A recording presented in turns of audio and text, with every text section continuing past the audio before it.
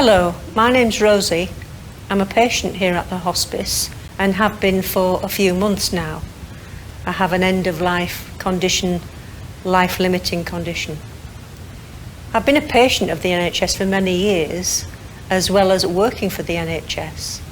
I worked in psychology in Bolton and had a very good job and enjoyed that. But I've always been I suppose, heavy user of health services because of genetic conditions and crisis to do with chronic brittle asthma and a heart condition.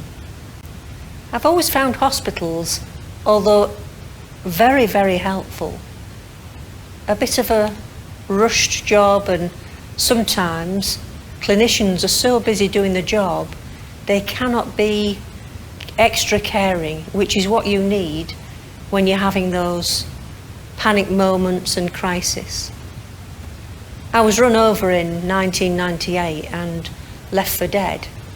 So I had a lot of major injuries to my body and I was in hospital for 3 months. And it was in some ways a very enlightening experience, and I'm thankful that the hospital did in fact save my life. I continued to go back to work after a year off work and gave another 17 years to my service, which was good, but I've always struggled with mobility. So last Christmas, I was very surprised when I had a mild heart attack, and then on Boxing Day I had a massive heart attack, which by the time I got to the hospital and A&E, I was told it was too late to do anything. I was very traumatised by that experience and quite shocked at the knowledge that actually I had such a damaged heart that it would affect my length of life and quality of life. It's quite usual to have either post-traumatic stress or a stress reaction to such a trauma. And I was no different, although I'd worked in psychology and felt I could cope with anything. Actually, I went through a very deep depression after I'd had my 4 weeks on the coronary care unit.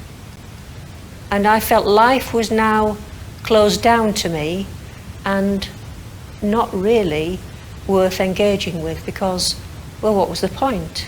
I wasn't going to live very long.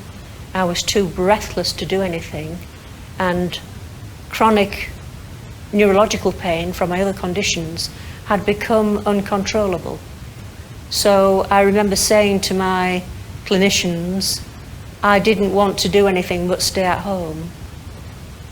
Prior to that, although I've always been disabled, I had been a campaigner for social justice, an educator, a person who was a health champion for the LGBT society, and I've been very busy and had a very busy life. But suddenly, it was nothing.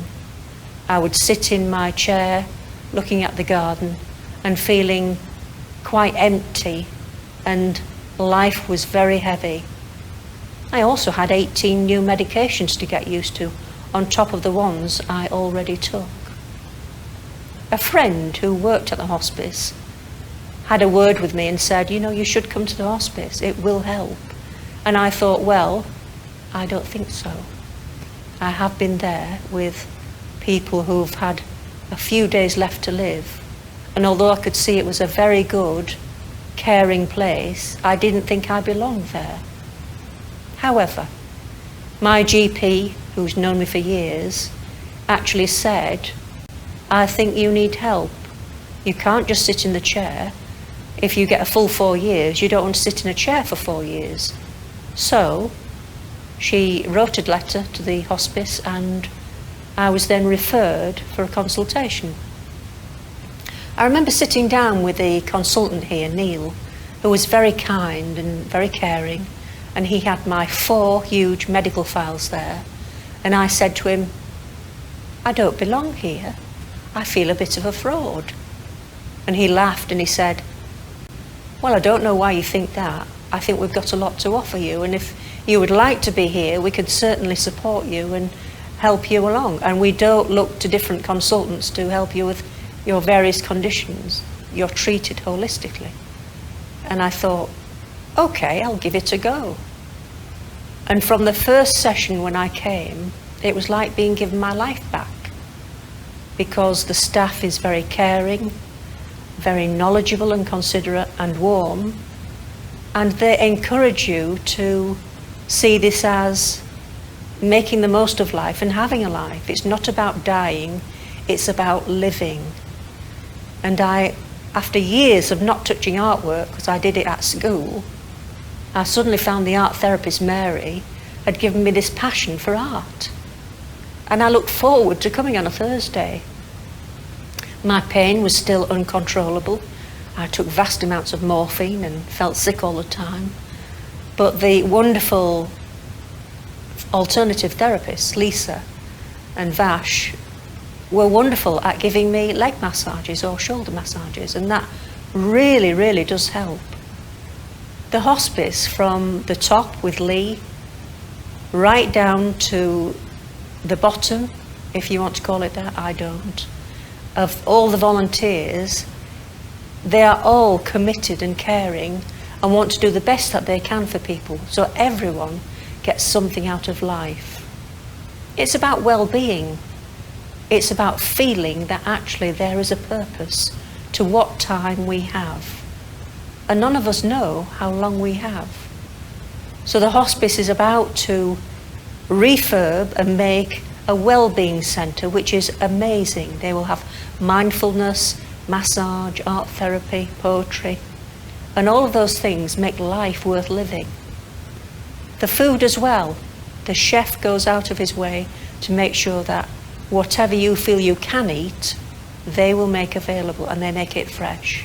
And I suffer with nausea constantly, but I now look forward to having my Thursday lunch. And it's just amazing that I feel I really come alive.